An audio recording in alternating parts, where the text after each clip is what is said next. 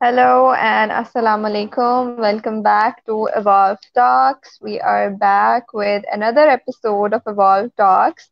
And as you guys know from the headline and all, that we will be talking about the most important topic, which I'm sure that all the women will be interested in, that is women empowerment.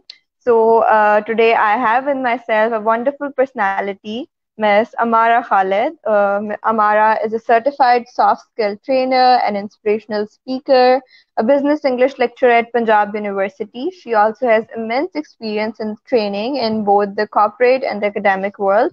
She is an excellent communicator and she is also a very good example of empowered women. So, to discuss, Amara and me will be talking about women empowerment today. So, without any delay, I'll have Amara on the line. Assalamu alaikum, Amara. How are you? Anji, walaikum assalam. I'm good. How about you? I'm great. How's everything going? The lockdown and then the not so lockdown and then Ramzan also going in it.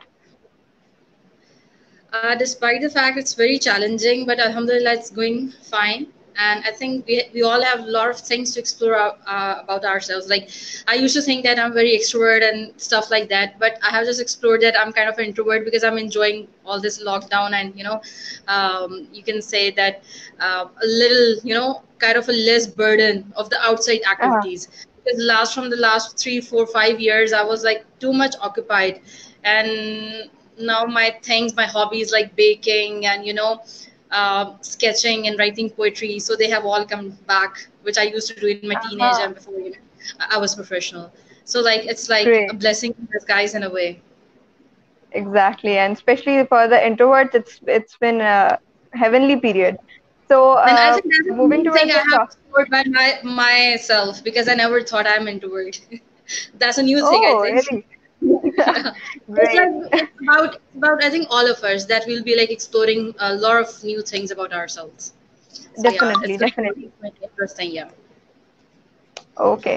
So So how about Maya, you? moving towards our topic. You, the Manipal, and Evolve, the team of the Evolve is doing superb. A lot of good activities online. So how's the experience going? It's great. It's great. Actually, we have been very active lately, especially all this Evolve Talks. And for me, it's been quite a thing that I've been all interviewing two or three all the talented people in once in a month. So it's been amazing, actually. That's great. So, Amara, coming to our topic, that is women empowerment in the modern world. So, Yeah. that's a topic जिसके बारे में हमने देखा है कि lately it's been trending. It's been the topic which everyone is now finally talking about. लेकिन एक बहुत misconception आई इस चीज में कि people exactly ऐसे लोग भी थे which exactly know that what is women empowerment और ऐसे लोग भी थे जिन्होंने उसका गलत ही मतलब निकाला. So before we talk more about it, I'd like you to summarize for us that what is the basic meaning of women empowerment? Okay so women empowerment पे बहुत ज़्यादा जैसे आपने कहा कि बात हो रही है. सो मैं थोड़ी सी उर्दू में बात करूँगी बिकॉज जितने भी हमारे व्यूअर्स हैं उन तक बात ज़रा बिल्कुल. आसानी से चली जाए. वुमेन एम्पावरमेंट को अगर मैं एक छोटी सी एग्जांपल आपको देके बात करूं कि जैसे घर में दो बच्चे होते हैं. डिस्पाइट द फैक्ट मैं अभी ये बात नहीं करी कि इज ही अ बॉय और इज शी अ गर्ल. सिर्फ मैं ये बात करूंगी कि दो बच्चे हैं और आप उनको कॉन्टिन्यूसली एक को आपने ज़्यादा राइट्स दिए हैं, अथॉरिटी दी हुई है कि वो Mhm. ज़्यादा अपने डिसीजंस ले सकता है और दूसरे बच्चे को आपने राइट दिए हैं कि वो डिसीजंस नहीं ले सकता, या अगर ले सकता है तो सिर्फ चंद छोटे मामला है जिनके बारे में वो डिसीजन ले सकता है. तो अब क्या होगा जैसे जैसे वो बड़े होंगे तो उनकी डेफिनेटली पर्सनालिटी से लेके उनका साइकोलॉजिकल एस्पेक्ट, उनके फाइनेंशियल, उनके जितने भी आप एस्पेक्ट्स देख लो उन सब के अंदर एक खास किस्म का जो है वो फर्क आएगा. सेम इसी तरह बिल्कुल. हम कहेंगे कि अगर मेल और फीमेल के डिसीजन पावर के अंदर, उनकी अपॉर्चुनिटीज़ के अंदर, उनकी अथॉरिटीज़ के अंदर जब हम डिफरेंस रख देते हैं और उन दोनों को एक उन दोनों के दरमियान एक लाइन ड्रॉ कर देते हैं कि तुम इन चीज़ों पे, बड़े डिसीजंस पे सिर्फ मर्द डिसीजन लेगा, या जो मेन अच्छी अपॉर्चुनिटीज़ हैं वो सिर्फ मर्द के लिए हैं, और ये वो चंद अपॉर्चुनिटीज़ हैं या चंद वो रिसोर्सेज हैं या चंद वो गिनी चुनी अथॉरिटीज़ हैं जिस पे सिर्फ औरत अपना फैसला सुना सकती है या कर सकती है, उसको ये राइट है. सो इस Mhm. ये जो लाइन ड्रॉ हुई हुई है, इस लाइन को ख़त्म करना इज़ एक्चुअली वुमेन एम्पावरमेंट, जहाँ पे equal opportunities, equal responsibilities, equal skills, equal education rights, financial rights, emotional independence, financial independence, एक जो जिंदगी गुजारने के लिए जो भी चीज़ें इंपॉर्टेंट होती हैं उनके बारे में चॉइस करना और उनके बारे में उतनी ही अपॉर्चुनिटीज़ और रिसोर्सेज का के हकदार होना, इस चीज़ को कहते हैं एम्पावरमेंट। और जब वो औरत को नहीं दी जाती तो उस मूवमेंट के लिए या उस एक पैराडाइम के लिए एक उस टूल को इस्तेमाल करके जिससे एक विमेन को, एक औरत को हम स्ट्रॉन्ग कर सकते हैं, उसको हम बोलते हैं women empowerment. Women empowerment. Very well said, Amara. So, it's you very well explained that what is the basic and the right meaning of women empowerment.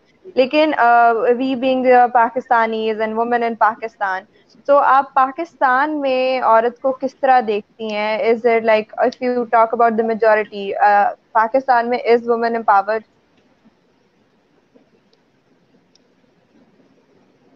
Were you able to hear me, Amara?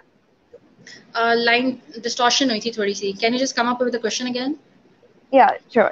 So I was saying that as you and me, we both are a part of the women community of Pakistan. So आप किस तरह देखती हैं कि क्या पाकिस्तान में जो majority है of women, are they empowered? Unfortunately the answer is no, और उसके पीछे बहुत से रीजंस हैं, फैक्टर्स हैं। सबसे पहले तो जो विमेन एम्पावरमेंट है, ये विमेन एम्पावरमेंट तो बहुत बात की स्टेज है।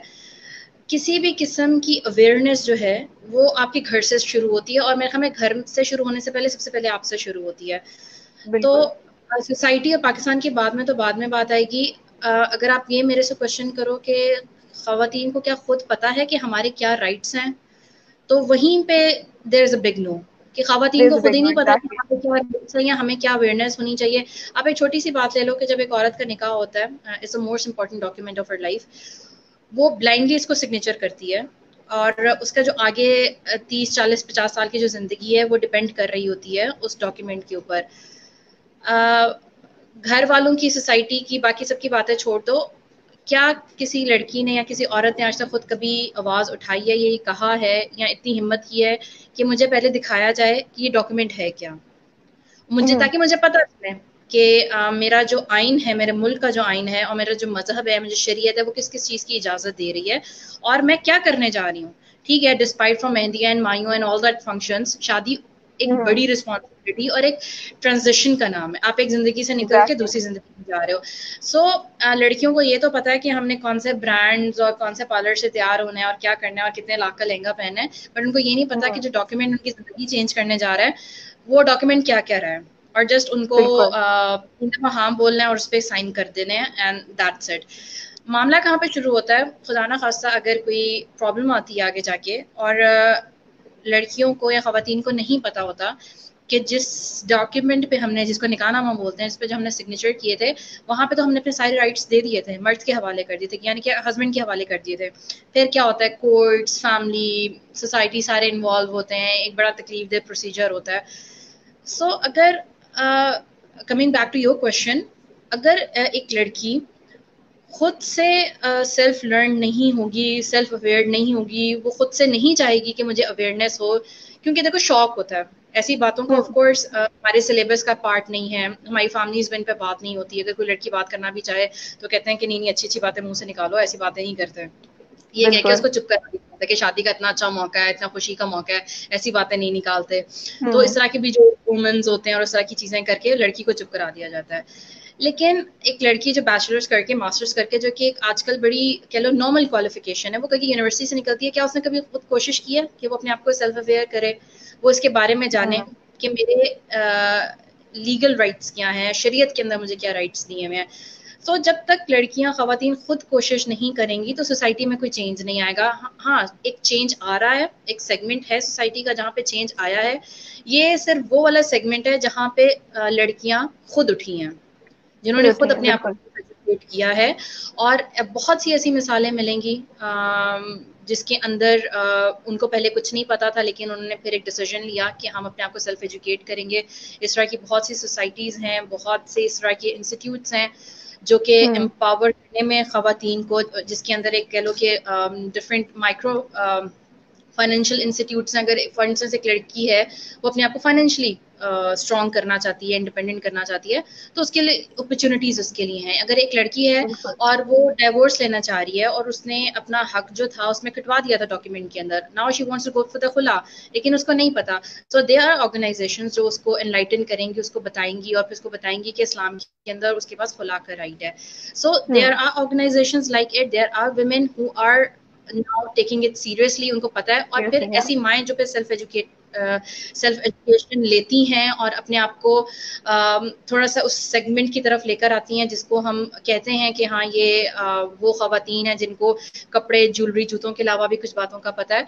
तो वो फिर अपनी बेटियों के अंदर, अपनी अपने जो फीमेल उनकी रिलेटिव्स हैं, अपनी फीमेल कोलीग्स हैं, फीमेल फ्रेंड्स हैं, उनके अंदर भी फिर डेफिनेटली इस तरह की अवेयरनेस को लेकर आती हैं। स्पेशली अगर कोई टीचिंग के शोबे से वाबस्ता है। अगर आप मेरी एग्जांपल लो, सो बीइंग काउंसलर, मेरे पास बहुत सी मेरी फीमेल स्टूडेंट्स आती हैं, फीमेल कोलीग्स आती हैं, जिनको जब इस तरह की कोई हेल्प की ज़रूरत होती है या वो अपनी ज़िंदगी में इस तरह कोई चेंज लेके आना चाह रही होती हैं, तो वो डेफिनेटली आती हैं। लेकिन अगेन वो बात कि अभी बहुत कम है, कोई नेशनल लेवल पे इसका कोई चेंज नहीं आ रहा, क्योंकि नेशनल लेवल पे चेंज तब आता है जब इस तरह की कोई चीज़ आपके करिकुलम का हिस्सा बनती है, या असेंबलीज उसको कहती हैं कि हाँ जी अब दे मेक श्योर कि ये चीज़ प्रैक्टिस हो।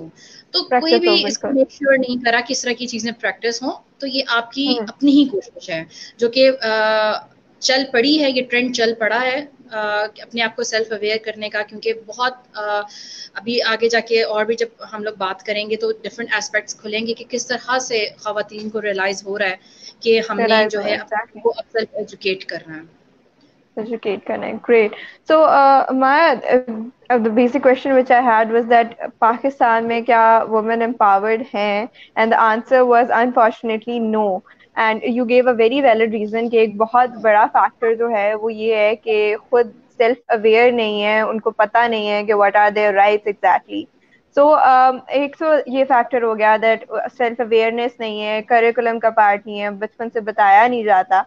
So इसके अलावा if I ask you to come up with different reasons तो barriers बन रहे हैं in women being empowered in Pakistan and worldwide as well.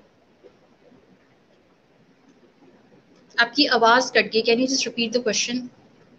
Yeah, so it was basically that एक तो part ये आ गया ना that women are not self aware at the point that उनके basic rights हैं क्या. And if I ask you to summarize few factors which are the basic barriers in women being empowered, so what they will be? कि सबसे पहला जो barrier है, रुकावट इस सारे प्रोसेस के अंदर, वो तो आपके अपना साइकोलॉजिकल फैक्टर है। अगर हम बात करें सोसाइटी की, अगेन सोसाइटी मेरे ख्याल में बाद में आती है, because I have been a student of psychology, sociology मैंने पढ़ाई भी है बहुत अरसा। तो जब हम अनकवर करते हैं उस सारी सोसाइटी के लेयर्स को जिसने खास मेंटालिटी बनाई, तो उसमें सदियां लगी हुई होती हैं। ऐसा नहीं होता कि एकदम औरत और मर्द की फिगर के अंदर कि जी अच्छा ये जो मेन फिगर है he is supposed to have more opportunities, and this figure which is called a woman is only supposed to sit at home and just to do household stuff, and she has no the opportunities to stand and to speak and to express herself. So ये जो दो different figures हमने A and B के दरमियान जो हमने इतनी बड़ी discrimination की हुई है, ये कोई पिछले 50 साल या 100 साल में नहीं, ये सदियों से चलती भी आ रही है। सो सोशल फैक्टर से पहले सबसे पहले साइकोलॉजिकल फैक्टर है, क्योंकि ठीक है हमें पता है कि this thing prevails in our society, हमारी सोसाइटी में है, सबको पता है। अब आ जाता है second step is the psychological factor. हमारे दिमागों के अंदर ये बात घुसी हुई है, बिल्कुल औरतों के अंदर है कि पता नहीं इस चेन को अगर हम हटाएंगे, खत्म करेंगे तो लोग क्या कहेंगे हमारे बारे में, हमारा तमाशा ना लग जाए, हमारे बारे में लोग अजीबोगरीब किस्म की बातें ना करें। जो इस तरह के जो फियर्स हैं उनको, और जो मर्द हजरात हैं उनको ये फियर कि अगर औरत आके मेरी ही जैसी पोजीशन पे काम करती है, या अगर मैं कॉर्पोरेट की अगर एग्जांपल लूँ, उसको एक अच्छा डिजिग्नेशन दिया जाता है, तो ये फियर कि क्या वो उस डिजिग्नेशन पे जाके अपना काम सर से संभाल सकेगी। अगर वो जनरल मैनेजर बनती है या डायरेक्टर बनती है, तो क्या वो उस लेवल पे आके ऑर्गेनाइजेशन को संभाल सकेगी। तो इस तरह के जो फियर्स हैं, या अगर एक बाप अपनी बेटी को भेजता है बाहर, तो उसके एक बाप के भी बड़े फियर्स होते हैं। तो ये इस किस्म के जितने फियर्स हैं, थ्रेट्स हैं, ये सबसे बड़ा जो है ना बैरियर होता है। इसके बाद जो सारे बैरियर्स हैं ना वो मटेरियल बैरियर्स होते हैं, और मटेरियल बैरियर्स को खत्म करना कोई मसला नहीं होता। आप स्किल्स बिल्कुल लेते जाओ, आप सीखते जाओ, आप रास्ते बनाते जाओ, टाइम लगता है, ठीक है, वो सारे बैरियर्स खत्म होते जाते हैं। अगर साइकोलॉजिकल बैरियर है and it prevails and you don't know how to eradicate it, तो बिलीव मी कि उसके बाद विमेन एम्पावरमेंट क्या, आप घर से निकल के साथ वाली गली तक जाके कोई काम नहीं कर सकते। तो ये बिल्कुल सारे जितनी भी चीजें होती हैं ये हमारे दिमाग की पैदावार होती हैं, उसके अंदर चल रही होती हैं, वहीं से हमने उसको काटना है। और अगर हमने फॉर इंस्टेंस एक इंसान है, उसने अपना ये इसको काबू किया साइकोलॉजिकल बैरियर को, और वो नेक्स्ट स्टेप पे गया, उसके बाद फिर डिफरेंट, जैसे मैंने कहा कि मटेरियल बैरियर्स होते हैं, जैसे लैक ऑफ अपॉर्चुनिटीज है खवातीन के लिए। अनफॉर्चुनेटली पिछले 40-50 सालों में हमने देखा है कि खवातीन को वर्ल्ड वाइड, मैं खाली पाकिस्तान की बात नहीं करूंगी, पाकिस्तान में तो फिर समहाउ सिचुएशन थोड़ी सी बेहतर है, अगर अगेन मैं बात करूँ कॉर्पोरेट की, तो वर्ल्ड वाइड कॉर्पोरेट के अंदर हमेशा औरत को जो है अपॉर्चुनिटी कम दी गई है। एक वजह तो ये भी रही बिल्कुल कि इतनी वेल इक्विप्ड होके टेक्निकल एजुकेशन के साथ, या जो जो उसको स्किल्स चाहिए थे उस तरह से वो नहीं गई, ठीक है। ये खाली हाँ कॉर्पोरेट का कसूर नहीं है, इसमें ऑफ कोर्स औरत का कसूर भी है कि उसने अपने आप को वेल इक्विप बिल्कुल नहीं किया। लेकिन जो गई उनको भी उस तरह की प्रमोशंस लेने में या उस डिजिग्नेशन पे पहुंचने पे जहाँ पे मर्द जल्दी पहुंचता है, उसको वहां पे बहुत डिफरेंट बैरियर्स का सामना करना पड़ा, जिसमें हरासमेंट जो है वो नंबर 1 है, ठीक है। बिल्कुल अगेन हरासमेंट के डिफरेंट एस्पेक्ट्स हैं, उसके अपने एक फियर्स हैं, उसमें भी एक सोशल साइकोलॉजिकल फैक्टर्स उसके अंदर भी आ जाते हैं। एक तो ये आ गया, लैक ऑफ अपॉर्चुनिटीज आ गया। फिर हम देखते हैं कि फाइनेंशियल बैरियर्स है हमारे पास बहुत ज्यादा, हम्म चूंकि मर्द के पास हमेशा पावर रही है पैसे को लेकर और फॉर अथॉरिटी श्योर को लेकर। बिजनेस हो गया, रिस्क लेना, जहाँ पे रिस्क आता है, ये सारी चीजें मर्द हमेशा इस तरफ जाता है, जो कि ऑफ कोर्स इसमें कोई बुराई नहीं है अगर मर्द बिजनेस करता है या रिस्क लेना चाहता है, बट बहुत सी ऐसी सिचुएशंस होती हैं जहाँ पे औरत जो है वो ब्रेड विनर होती है अपनी फैमिली की, जहाँ पे उसको अपनी फैमिली को संभालना होता है। ऐसी हम्म सिचुएशंस में जहाँ पे औरत बिजनेस करना चाहे या कुछ तरह का रिस्क लेना चाहे, जो कि एक बिजनेस मॉडल है जो कि that is based on risk, या वो एक इंटरप्रेन्योरशिप मॉडल की तरफ जाती है। इस तरह की हाँ सारी चीजों के अंदर अगर हम देखें तो फाइनेंशियल प्रेशर औरत के ऊपर बहुत ज्यादा है, उसको बिल्कुल ज्यादा होता है या ज्यादा वो प्रोन होती है टुवर्ड्स फ्रॉड, क्योंकि मर्द तो ये एक सोसाइटी में ओवरऑल है कि ये तो औरत है, इसके साथ तो हम फ्रॉड कर जाएंगे, पीछे से हमें आके क्या पूछेगी। एग्जैक्टली सो मर्द के साथ फ्रॉड करना हो कोई 10 दफा मर्द सोचेगा, औरत के साथ करना हो तो बड़ा इजीली उसको बड़ा लगता है कि इजीली हम हो इसको जाता है हैंडल कर लेंगे बाद में। इस तरह के जो छोटे छोटे फैक्टर्स हैं वो बहुत ज्यादा, और सबसे ज्यादा जो मुझे लगता है इन सब चीज़ों के बाद जो बैरियर आता है, जब इन चीज़ों को हम अनकवर नहीं करते, एक्सप्लोर नहीं करते, वो इमोशनल बैरियर होता है। बिल्कुल मेरे नज़दीक इमोशनल साइकोलॉजिकल जो बैरियर्स हैं वो सबसे बड़ी रुकावट हैं किसी भी औरत के, किसी भी लड़की के दुनिया के किसी भी हिस्से में अपने आप को स्ट्रेंथन करने के लिए। the psychological barriers like लोग क्या कहेंगे, this was a big factor I think in हम सबकी जिंदगी में, this has been a big factor कि लोग क्या कहेंगे, especially women. So very well explained Amara, and I'll be taking a question from the audience as well. So I have a question that women empowerment is the need for hour for Pakistan's success. What do you think? Of course, it's need of the hour. It was the need of the hour and it will be. Again जैसे मैंने शुरू में बच्चे की example दी थी कि जब तक एक घर के बच्चे इक्वली स्ट्रांग ना हों तो वो खानदान या वो घर आगे नहीं जाता, वो कामयाब नहीं होता। इसी तरह किसी भी मुल्क के अंदर फीमेल एंड मेल दोनों जेंडर्स जब तक इक्वली आगे नहीं बढ़ेंगे, दोनों को इक्वली अपॉर्चुनिटीज नहीं मिलेंगी, तो चीज़ें आगे नहीं जाएंगी। आप एक क्वारंटीन के अंदर एग्जांपल देखो कि अब जितना वर्ल्ड फाइनेंशियल क्राइसिस पूरी दुनिया में आ गया है, तो अब तो बहुत ज़्यादा हम्म ज़रूरी है इस जेंडर डिस्क्रिमिनेशन से निकलना, कि कौन अर्न करेगा, कौन बिल्कुल अर्न नहीं करेगा, या किसको राइट्स कम देने हैं, किसको ज्यादा देने हैं, क्योंकि अब एक इंसान का मसला हो गया, इंसानियत का मसला हो गया, पूरी इंसानियत अब मसले के अंदर है। तो मेरे ख्याल में अब हमें ह्यूमन एम्पावरमेंट की बात करनी है।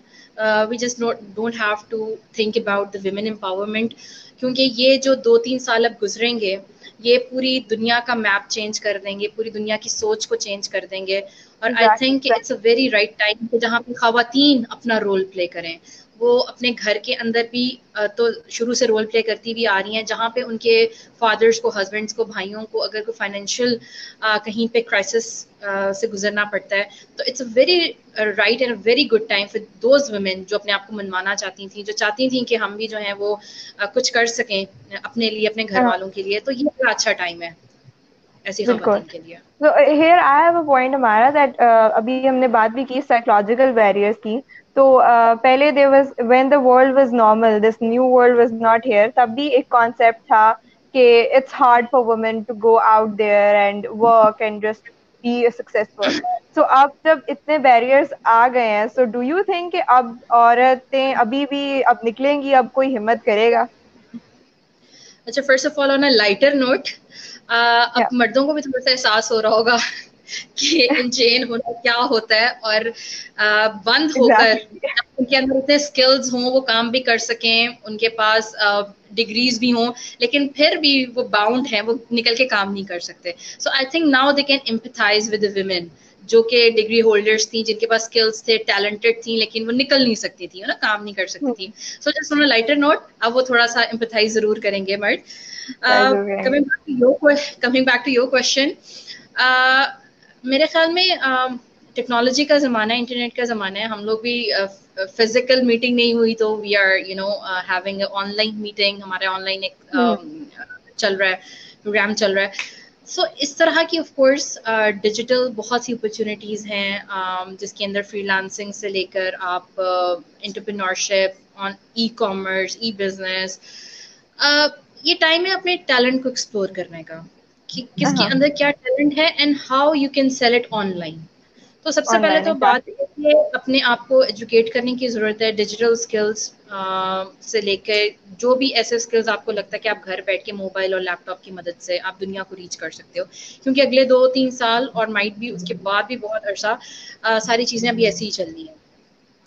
तो बिल्कुल। अपने आप को अभी तो ये जो थोड़ा सा टाइम है हमारे पास, इसमें तो सबसे पहले तो ये ज़रूरत है कि अपने अपने आप को हम जो है सेल्फ इक्विप करें उन सारे इक्विपमेंट से, उन सारी स्किल्स के साथ जो कि हमें सिखाता है कि अच्छा बिजनेस कैसे कर सकते हैं, मार्केटिंग कैसे कर सकते हैं ऑनलाइन, और किस तरह से हम अपने जो हमारे टैलेंट है उसको हम सेल किस तरह से कर सकते हैं, और किस तरह से हम अपने आप को फॉर इंस्टेंस अगर कोई एजुकेशन की फील्ड में जाना चाहता है तो एज एन एजुकेशनिस्ट हम कैसे अपने आप को जो ऑनलाइन सेल कर सकते हैं और इस्टेब्लिश कर सकते हैं।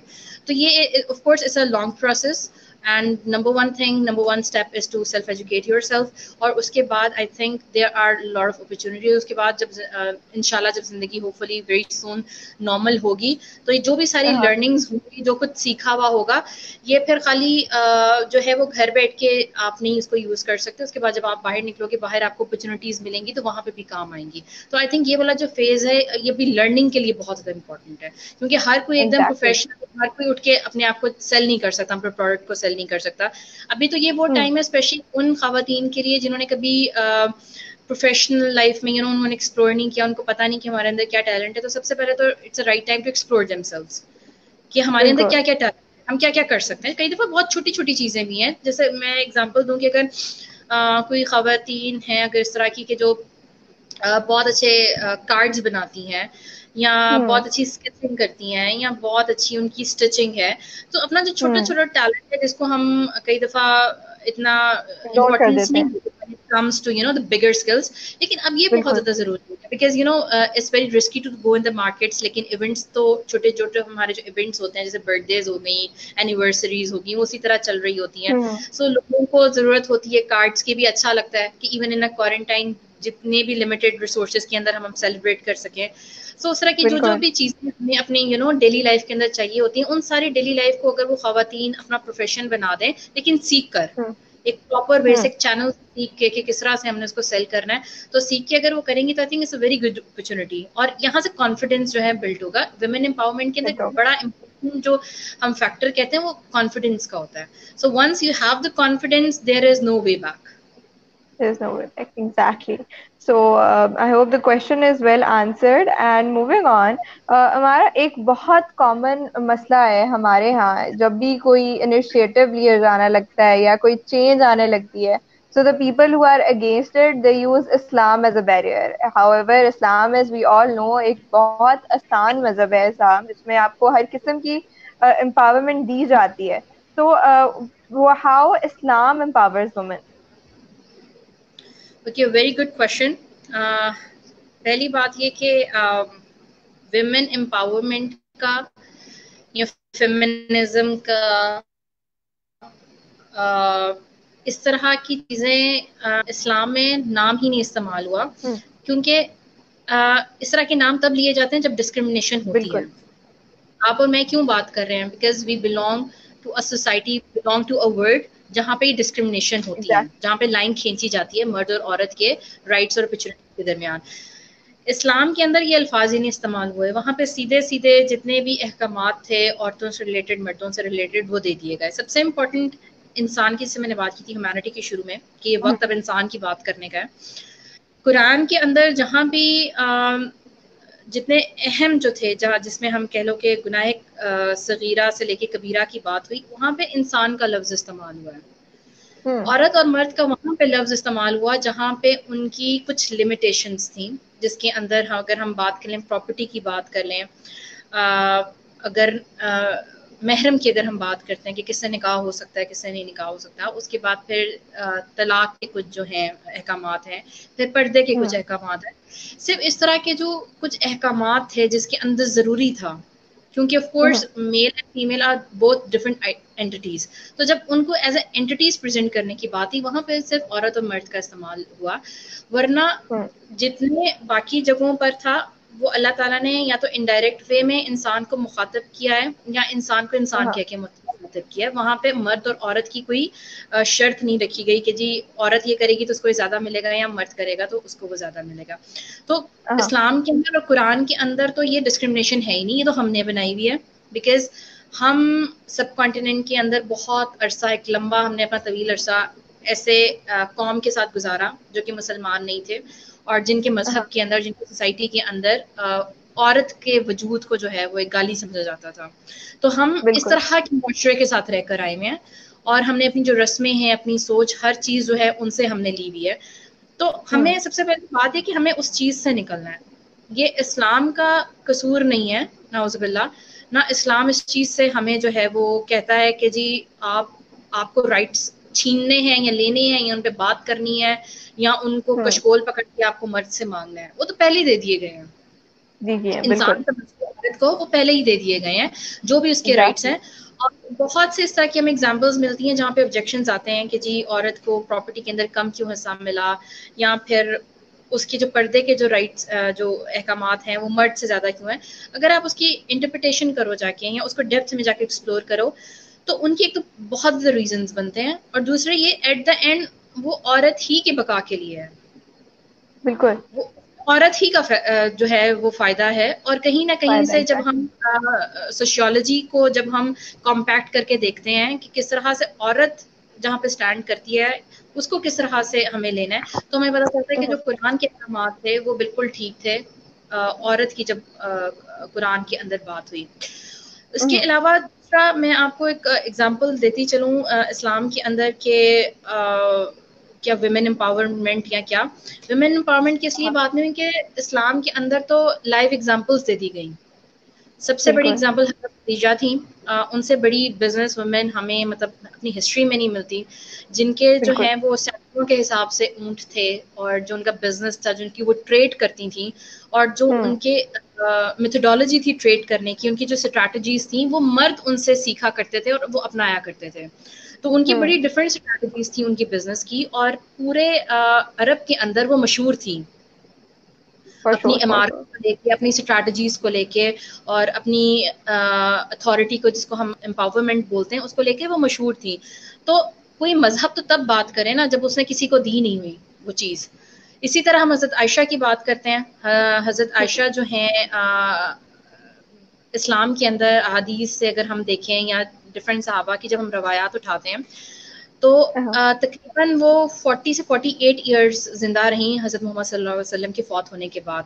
सो ये वो उनकी बीवी थी जिन्होंने सबसे करीबी वक्त उनके साथ गुजारा, and she was expert in medicine, in poetry and in comparative religion, specially religion Islam, क्योंकि हाँ उन्होंने वो वक्त देखे हुए थे। वो छोटी थी, बच्ची थी, जब 6 से 9 साल की थी जब उन्होंने इस्लाम को आता हुआ देखा और वो सारा कुछ हुआ। तो उनको हाँ। जो है इंटेलेक्चुअल पार्टनर कहा जाता है हज़रत मोहम्मद सल्लल्लाहु अलैहि वसल्लम का, और वो एक मिसाल थी इंटेलेक्ट की, हज़रत आयशा जो थी। बिल्कुल। और वो तकरीबन जो 40 से 50 साल का जो अरसा था उसके अंदर जितनी अहादीस जो रिकॉर्ड हुई और उनका स्प्रेड हुआ वो हज़रत आयशा की वजह से हुआ। और सहाबा कराम, बहुत ग्रेट। सी जो प्रोमिनेंट सहाबा कराम हैं, उनकी टीचर थी हज़रत आयशा।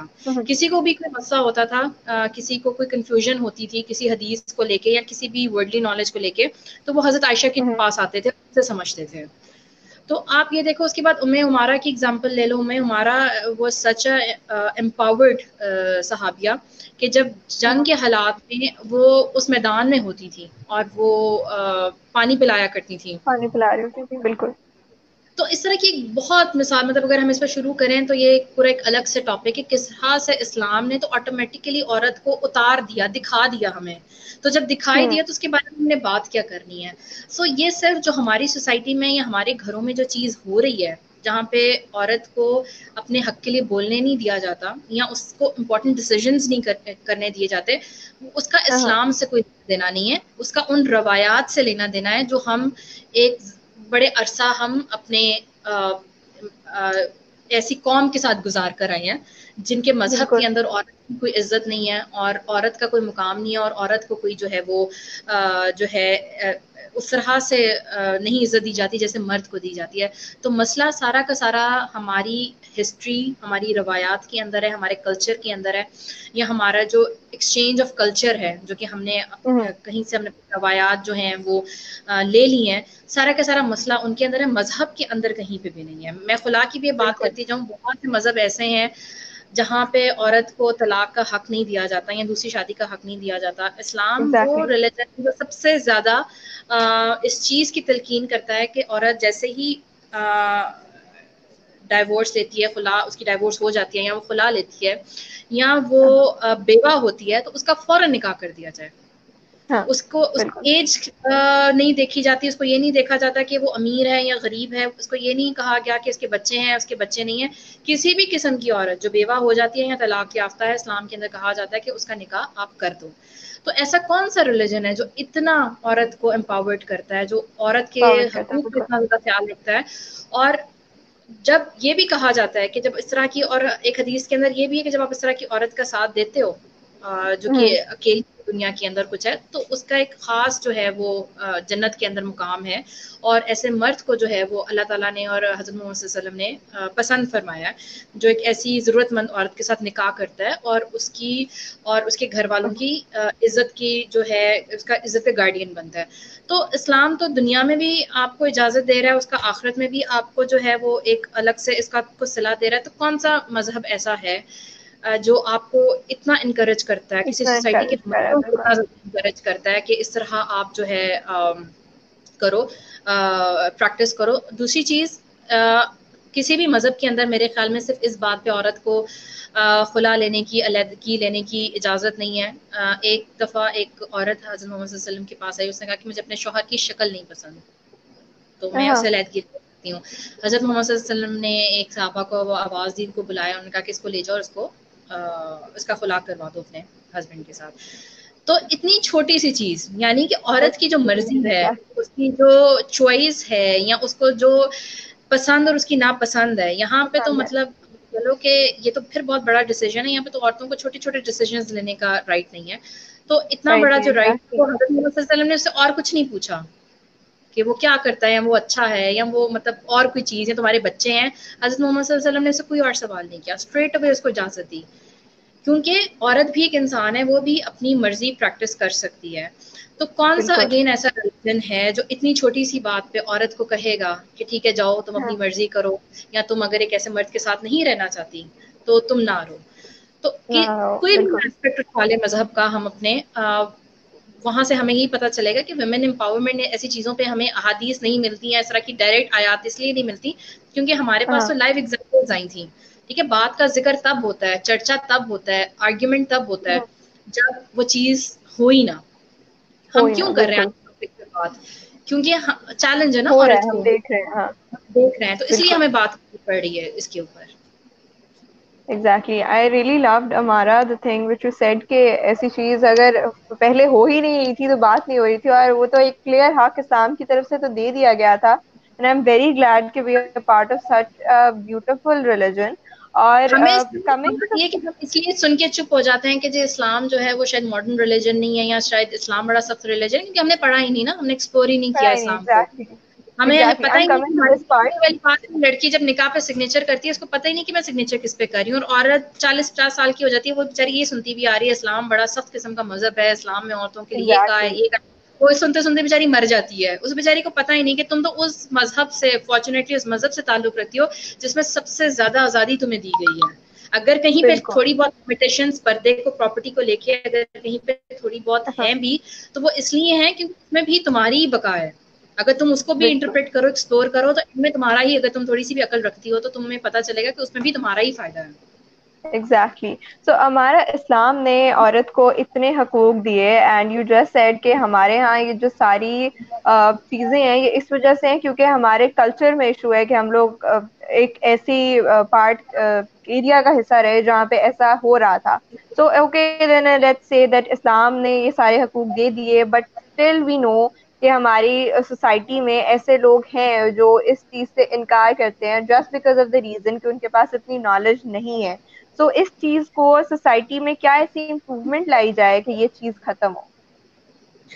सबसे पहले जो आपका इनिशिएटिव है, आप लोगों का इवॉल्व का जो इनिशिएटिव है इस तरह के ऑनलाइन प्रोग्राम्स करने का, डेफिनेटली जब हम फिजिकल प्रोग्राम्स करते हैं जहाँ पे कहीं पे जाना पड़ता है किसी वेन्यू पे, तो वहाँ पे क्या होता है, टिकट यूजुअली बाई करनी पड़ती है, एक बंदा चला गया, दो बंदा चला गया। एग्जैक्टली। इसलिए कि ऑनलाइन प्रोग्राम्स का सबसे बड़ा फायदा ये है कि ये सारे घर वाले इकट्ठे बैठ के देख सकते हैं। सो अगेन हम्म। ये सेल्फ एफर्ट है। आप जैसे लोग, मेरे जैसे लोग जो कि इन चीजों पे बिलीव करते हैं, जिनको थोड़ा बहुत पता है या हम बात करना चाहते हैं, हम अपनी तरफ से कोशिश कर रहे हैं कि इस मैसेज को पहुंचाएं। कोशिश करें, आपने बिल्कुल। टाइम निकाला, मैंने टाइम निकाला, आपकी टीम ने टाइम निकाला, जो इस टाइम सुन रहे हैं उन्होंने टाइम निकाला। So it's a mutual effort. So respect. ऐसे बहुत से लोग होंगे जिनको इस टॉपिक में इंटरेस्ट नहीं होगा। ठीक है।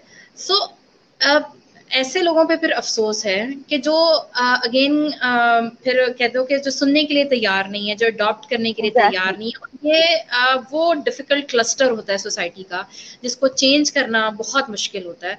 और फिर वो ऐसा ही हो सकता है कि अगर उनकी ये जनरेशन अभी नहीं समझ रही या नहीं सुन रही, तो होपफुली उनकी नेक्स्ट जनरेशन समझेगी जब वो सफर करेंगे, जब वो देखेंगे कि होपफुली। बाकी मेरी जो साथ वाली फैमिलीज थी या जो मेरे साथ वाले कुलीग्स और फ्रेंड्स थे वो आगे निकल गए। और क्यों आगे निकले? हर लिहाज से आगे निकल गए क्योंकि वहां पे मर्द और औरत को इक्वल अपॉर्चुनिटीज दी गई थी। तो जब उनको ये रियलाइज होगा, माइट बी कि बहुत लेट हो, लेकिन जब वो होगा तो लेट्स सी, लेट्स वेट। लेकिन ये है कि ऑफ कोर्स चेंज आ रहा है इस तरह के आ रहा है। सेशन से।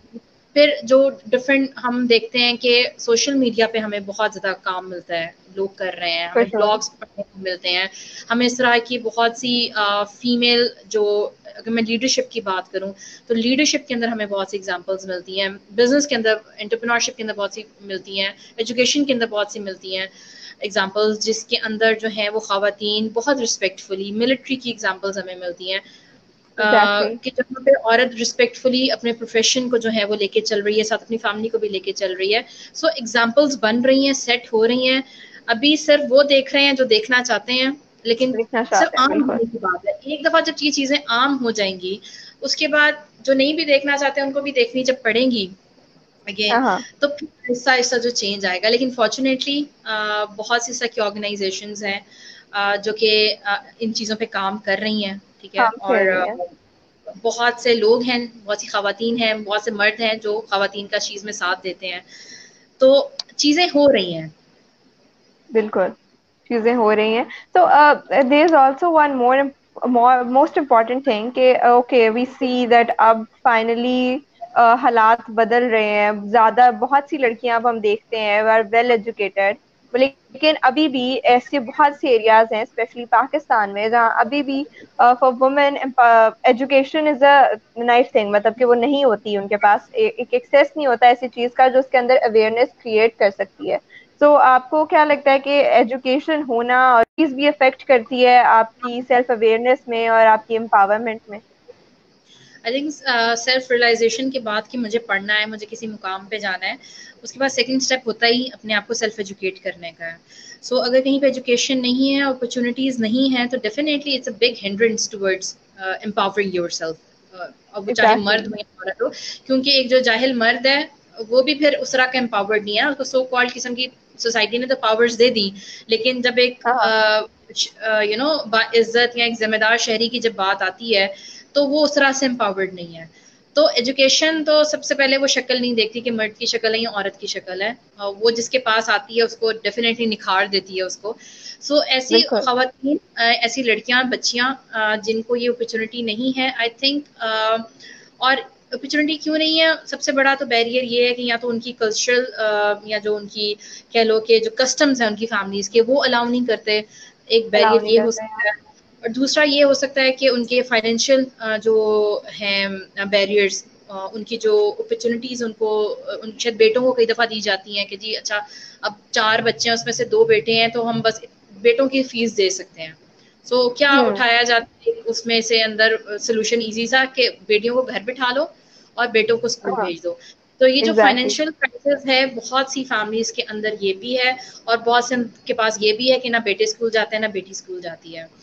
बहुत सा ऐसा है कि अब गवर्नमेंट स्कूल के अंदर चूंकि फ्री एजुकेशन है, या अगर कहीं पे एजुकेशन है। छोटे प्राइवेट स्कूल भी हैं जो छोटे मोटे गलियों में बने होते हैं तो बहुत मिनिमम उनकी प्राइस होती है, फीस उनकी होती है, तो बच्चे चले जाते हैं, क्लास 8 तक पढ़ लिया, मैट्रिक तक पढ़ लिया, उसके बाद क्या करना है। उसके बाद बहुत सी ऑर्गेनाइजेशन है जैसे टेफ्टा है, या फिर अखुवत की अगर हम बात करते हैं, अखुवत है, THF है, या माइक्रो फाइनेंशियल आपको लोन्स देती हैं, या अभी गवर्नमेंट ने डिफरेंट ऑनलाइन जो है वो डिजिटल कोर्सेज और इस तरह के डिफरेंट कोर्सेज स्टार्ट कराए हुए हैं। तो फिर लड़कियों को एटलीस्ट ये पता होना चाहिए कि अगर हमने बस मैट्रिक तक ही हम अफोर्ड कर सकते थे, now it's time to get the skills, the skills. Technical skill. Exactly. और बहुत different organisations, again government organisations इस तरह की अपॉर्चुनिटीज दे रही हैं जहाँ पे आप अपने आप को इक्विप कर सको। सो यहाँ पे पॉइंट जो है वो आपकी कोचिंग एंड मेंटोरिंग का है। ऐसी बिल्कुल। लड़कियों को मेंटोरिंग दी जाए, फ्री मेंटोरिंग दी जाए, और उनको बताया जाए कि ये आपके पास फ्री अपॉर्चुनिटीज हैं, फ्री रिसोर्सेज हैं, यहाँ पे आप जा सकते हो, अपने आप को इक्विप कर सकते हो, और उसके बाद ये हाँ। डिपार्टमेंट्स हैं जहाँ पे जाके आप काम कर सकते हो। सो द थिंग इज, और जो स्पेशली जो अब आने वाला वक्त है उसके अंदर खाली एजुकेशन या so called degrees are not going to make a big difference. आप मेक अ बिग कितने डिफरेंस, या डिजिटल मीडिया के साथ आप कितने इक्विप्ड हो, टेक्नोलॉजी के साथ आपके अंदर स्किल्स टेक्नोलॉजी के कितने हैं, साथ, या स्पेशली टेक्निकल स्किल्स कितने हैं, ये मैटर करता है। क्योंकि इवन अगर आपने बिल्कुल। मास्टर्स कर लिया और आपके पास स्किल्स नहीं है ना, तो you are not going to make a big difference. तो अब बिल्कुल। मेरे ख्याल में आपको बेसिक आपके पास लैंग्वेज स्किल्स हो, आपके थोड़े हम्म। बहुत कम्युनिकेशन स्किल्स बेहतर हो, and you get a real good technical skill, तो आप अच्छा खासा कमा सकते हो और आप अपनी अपनी फैमिली की डेस्टिनी को इजीली आप चेंज कर सकते हो। सो इट्स जस्ट नॉट बिल्कुल। About the high degree now anymore. Exactly, very well said. So, Mara, I'm taking a question from the audience now. It's from Moaz Khaled, and he's saying that in our society, job variety is very low for women as compared to other societies due to job nature and men mentality. So, what's your view on it? Okay, अगर हम last 15 से 20 years के अंदर देखें तो तकरीबन हर department के अंदर जो खवातीन हैं वो चली गई हैं या वो जा रही हैं। ठीक है, जा रही है, इसके बिल्कुल। अलावा अगर आप पाकिस्तान के अलावा बहुत से ऐसे ममालिक हैं जहाँ पे पाकिस्तान से भी बुरी जो है वो सूरत हाल है। हम्म। शुरू में मैंने बात की थी, कॉर्पोरेट के अंदर बात की थी। सो अगेन बिल्कुल। खाली डिग्री का होना इज नॉट इम्पॉर्टेंट। अगर एक लड़की है वो एग्जैक्टली। खाली एमबीए की डिग्री ले लेती है लेकिन उसके पास आईटी स्किल्स नहीं है, उसके पास उसके जो कम्युनिकेशन स्किल्स हैं वो अच्छे नहीं है, उसके पास उसका कॉन्फिडेंस वो लेवल नहीं है जो कि कंपनी को चाहिए। सो आई थिंक ये अपॉर्चुनिटी कहीं उस कंपनी का फिर कसूर नहीं होगा, ये हम्म। उस फीमेल का एज अ कैंडिडेट कसूर होगा कि उसने अपने आप को सब चीज़ों के साथ इक्विप नहीं किया। सो आई बिल्कुल। थिंक पाकिस्तान में डेफिनेटली हमारे पास तकरीबन हर फील्ड में, यू नेम इट, ऐसी कोई फील्ड नहीं है कि जहाँ पे खवातीन ना हो या ना जा रही हूँ। हाँ, उनकी रेशो कम है, क्योंकि अभी आप देखो हम्म, ना कि वर्किंग वुमेन ही बहुत कम है। बिल्कुल। अगर स्टेटिस्टिकली आप देखो तो जो रेशो है खवातीन का, पिछले 10 सालों का अगर आप रेशो उठा लो तो बहुत कम है। अब उन बहुत कम के एग्जैक्टली। अंदर से डिस्ट्रीब्यूट हुई हुई है। अब आप उठा लो, अगर आप मिलिट्री उठा लो, आप एयरफोर्स उठा लो, आप कमर्शियल फ्लाइट्स उठा लो, आपको एयरफोर्स के अंदर हम्म, फीमेल पायलट्स मिलेंगी, आपको कमर्शियल फ्लाइट्स के ऊपर फीमेल पायलट्स मिलेंगी, आपको कॉमर्स के अंदर फीमेल्स मिलेंगी, मेडिकल और टीचिंग के अंदर, एजुकेशन के अंदर तो शुरू से थी। आप कोई चीज उठा बिल्कुल। लो, एंटरप्रेन्योरशिप आप देख लो कि कितनी एंटरप्रेन्योर आपको फीमेल्स यहाँ पे मिलेंगी। आईटी के अंदर आप देख लो। अगेन बात वो है कि कई दफा फीमेल्स इसलिए पीछे रह जाती हैं कि जो जॉब डिस्क्रिप्शन होती है, जो डिमांड होती है जॉब की, वो थोड़ा सा हाँ हाँ, डिमांड कर रही होती है ज्यादा, और खवातीन इतनी एग्जैक्टली। ज्यादा लड़कियां उतनी ज्यादा इक्विप्ड नहीं होती। ये थोड़ा सा ये भी देखना चाहिए कि खाली इस चीज का रोना नहीं रोना चाहिए कि फीमेल्स को जॉब्स नहीं मिल रही या जॉब्स कमी नहीं है। मिलती या फीमेल्स को कोई कंसेशन देनी चाहिए। If you are working in the environment you are working the same. Exactly और हरासमेंट भी जो है ना फिर यहीं से शुरू होती है, जब फीमेल फुली इक्विप्ड नहीं होके जाती है, उसके पास कॉन्फिडेंस नहीं है, उसके पास बात करने का उसको तरीका नहीं है, या उसको ये नहीं पता कि मुझे, आप देखो ना अगर मर्द को कोई थ्रेट करेगा तो वो आगे से क्या बोलता है, वो आगे से चुप नहीं रहेगा, वो डर नहीं जाएगा, वो चुप नहीं घर जाके रहेगा, छुपाएगा। एग्जैक्टली। वो उसी टाइम उस चीज का जवाब देगा और वो लग पता जाएगा आसपास के सबके, अच्छा कोई बात हुई है। जब फीमेल को हरास किया जाता है तो क्या होता है, वो चुप कर जाती है, घर जाके कुछ नहीं बताएगी, उसके आसपास किसी को नहीं पता चला, वो छुपा के रखेगी उस चीज को। जो हमारे एटीट्यूड्स हैं, फीमेल बिहेवियर्स जो हैं, ये बहुत ज्यादा रोल प्ले करते हैं। और ये कब होता है, जब औरत उस तरह से अच्छी डिजिग्नेशन पे नहीं जा रही, वो उस तरह से वेल इक्विप्ड नहीं है, उसके स्किल्स उस तरह से नहीं है, उसके अंदर कॉन्फिडेंस लेवल हम्म, उसका जो है वो उतना अच्छा नहीं है। वरना एक औरत जब फुल इक्विप्ड होके जाती है, वो चाहे कॉर्पोरेट हो, कोई भी इंडस्ट्री हो, वहां पे जाके उसको कोई हरास करने का कोई सोच भी नहीं सकता, या उससे कोई बिल्कुल। अपॉर्चुनिटी छीनने का कोई सोच भी नहीं सकता, बिकॉज उसको पता है कि उसको again how she has to speak for her right. लोगों के अंदर भी फिर डर होता है कि ये एक एजुकेटेड औरत है, ये इसको पता है कि अगर हमने इसको कहीं पे भी इसकी लेग पुलिंग की, so she knows how to respond back. खाली एग्जैक्टली। डिग्री लेके, एमबीए की या मास्टर्स की डिग्री लेके खाली पकड़ के जाना नहीं होता नौकरी के लिए, इसके लिए बहुत से टेक्निकल स्किल, बहुत से सॉफ्ट स्किल्स की भी जरूरत होती है।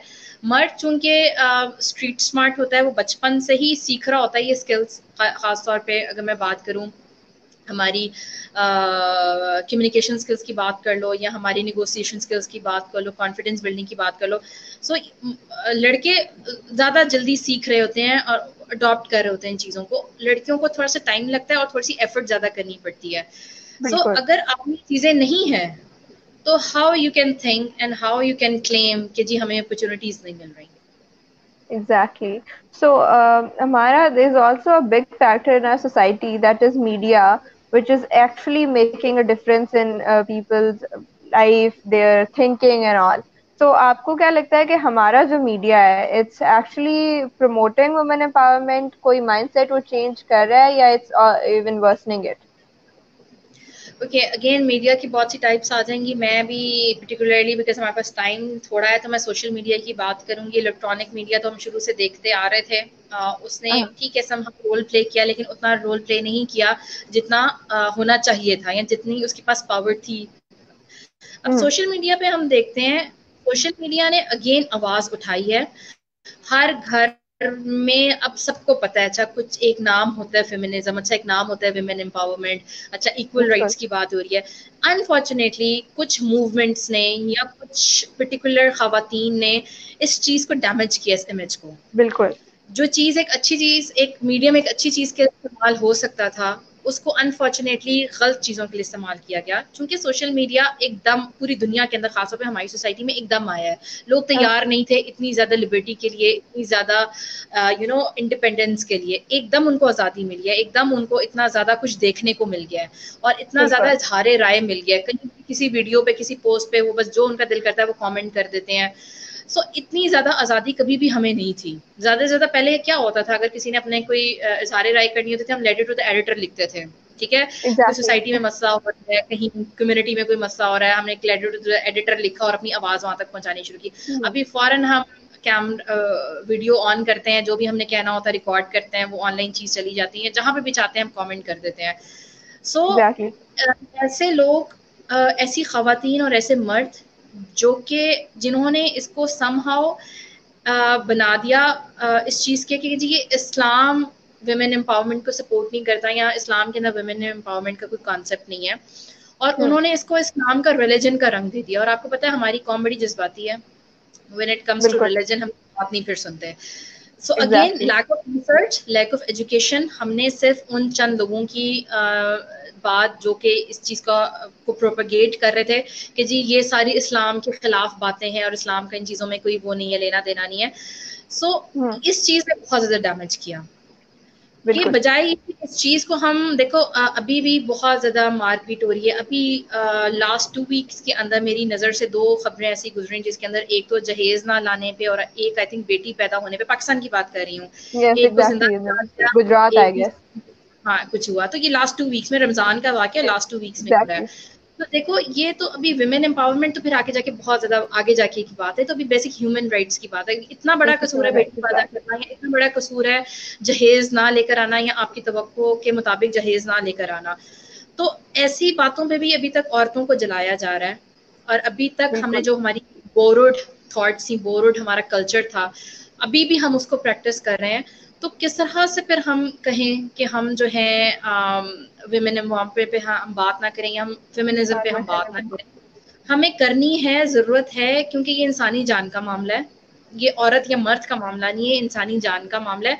और मेरी रिक्वेस्ट है सारे ऐसे लोगों से कि जब आप इस तरह की चीज़ों का मजाक उड़ाते हैं, ठीक है इसको लोग अपने कुछ NGOs या कुछ ऐसे खवातीन मर्द हजरात अपने ज़ाती फ़ायदे के लिए भी इसको इस्तेमाल कर रहे हैं, इस चीज़ को, वुमेन एम्पावरमेंट को, फेमिनिज्म को। लेकिन देखिए हर चीज़ में अच्छाई और बुराई होती है। वो बिल्कुल। प्रोपेगेंडा कर रहे हैं इसके खिलाफ, आपके अंदर इतनी समझ होनी चाहिए कि जहां पे आपको लगे कि कोई बात कर रहा है उसको आप अप्रिशिएट करो, उसको आप चीज को शेयर करो और उसको आप आगे स्प्रेड करो उस मैसेज को, ताकि सबको अवेयरनेस हो कि एक औरत जो है वो कोई जानवर नहीं है। इवन जानवर को मारना भी जो है वो हमारे मजहब के अंदर इंसानियत लॉ कहीं भी जो है उस ना उसकी इजाजत है, और ना एक जो इंसान का दिल है वो इस बात की इजाजत देता है कि करे। तो जब हम बिल्कुल। जानवरों के साथ हम ये नहीं कर सकते तो हम एक औरत के साथ कर देते हैं। तो हाँ। अगेन सोशल मीडिया का रोल बहुत ज़्यादा हो सकता था। मैं पर्टिकुलरली पाकिस्तान की बात करूंगी, लेकिन अनफॉर्चुनेटली पता सबको चल गया, लेकिन एक रंग जो उसको पहनाया गया ना वो सही नहीं था। जैसे हम ये एग्जैक्टली। वर्ड्स फौरन पता चलता है, पता नहीं औरत कौन सी आज़ादी की बात कर रही है, या औरत किस एग्जैक्टली। क्या बात कर एग्जैक्टली। रही है जो कि इस्लाम या उसको मजहब या हमारी शरीयत उसको इजाजत नहीं देता। सो हालांकि ऐसी कोई आजादी की बात तो अभी अभी स्टार्ट ही नहीं हुई, अभी इट्स ऑल बात अबाउट द नहीं बेसिक राइट्स। अभी जो हो है। रहा है, जो उसको गलत हो रहा है, अभी जिंदा तो उसको खत्म करने की बात है। उसको जिंदा रहने दो, उसके जो बेसिक उसकी चॉइसेस हैं, उसकी जो बेसिक उसको रिसोर्सेज हैं वो उसको लेने दो। अभी तो हम आगे ही नहीं गए। सो आप इस तरह के जो लोग कमेंट्स करते हैं, जो मजाक उड़ाते हैं ऐसी चीज़ों का, ये करने से पहले आप सोच लिया करो कि अभी भी बहुत डेली बेसिस पे खवातीन मर रही हैं, क्योंकि बिल्कुल। वो भी चीज़ें हमारे लॉ के अंदर, या जब इस तरह के फिर मेंटोर्स या इस तरह के जो स्पीकर्स जब इन चीज़ों के ऊपर बात करते हैं और उनको फिर सीरियस इसीलिए नहीं लिया जाता क्योंकि एक खास तबका हमारा बैठा है मजाक उड़ाने के लिए, और हम्म। आप दूसरी तरफ देख रहे हो कि खवातीन मर रही हैं इस चीज़ की वजह से। तो एक बहुत बड़ा क्लैश है, एक बहुत बड़ा गैप है, there is hell of discrepancy between these two sectors. तो हमें ख़त्म करनी है वो एग्जैक्ट। तब ऐसे ही रहेगी जब हम खुद से अपने आप को तैयार करेंगे इस चीज़ के लिए कि नहीं हमने हर चीज़ में मजाक नहीं होता। अनफॉर्चुनेटली हमें तो मतलब कोई भी चीज़ आ जाए ना तो 1-2 हफ्ते उस पर मीम्स बनते रहेंगे, उस पर मजाक बनता रहेगा, उस पर मजाक होता रहेगा। फॉर और श्योर। हाँ। चाहे वो कोई मूवमेंट हो, चाहे वो कुछ हो, ठीक है बहुत सी मूवमेंट्स ऐसी हुई जिन पे गलत बातें हुई, गलत चीज़ें कही गई, आप उन चीज़ों को छोड़ दो, उनको निग्लेक्ट कर दो। वो उस मूवमेंट का बेसिक पर्पस क्या था, या क्या उसके अंदर से कोई अच्छाई निकल रही थी, तो उस अच्छाई का थोड़ा साथ दे दो आप। या अगर आपने कुछ बिल्कुल। अच्छा नहीं बोला तो बुरा भी ना बोलो, बी अ पैसिव राइटर और बी अ पैसिव लिसनर। जरूरी नहीं होता कि आप हर वक्त कुछ लिखो या हर वक्त कुछ बोलो या सुनो। आप समटाइम्स आपको साइलेंस भी जो है इट्स अ ब्लेसिंग, क्योंकि आप कुछ एग्जैक्टली। प्रोग्रेसिव कंट्रीब्यूट नहीं कर सकते, so be passive. Exactly. So very well said हमारा। और ये एक ऐसी डिस्कशन है जिसपे आई गेस अभी इतना काम रहता है कि if we two just keep talking on so we can talk hours and hours and hours. But अभी what we can do is कि if any girl, any woman is watching it, then it's all about taking the step for yourself. And thank you so much, Amara, for joining me today and sharing so much insights with me. So thank you so much for joining. Thank you so much for having me. So that was Amara Khaled, and that was surely a great conversation. But the point of it was making you guys see that क्या हो रहा है और क्या गलत है और क्या होना चाहिए. So I hope you guys got a good point from the conversation, and we will be back with another episode of Evolve in a minute. So thank you so much for joining.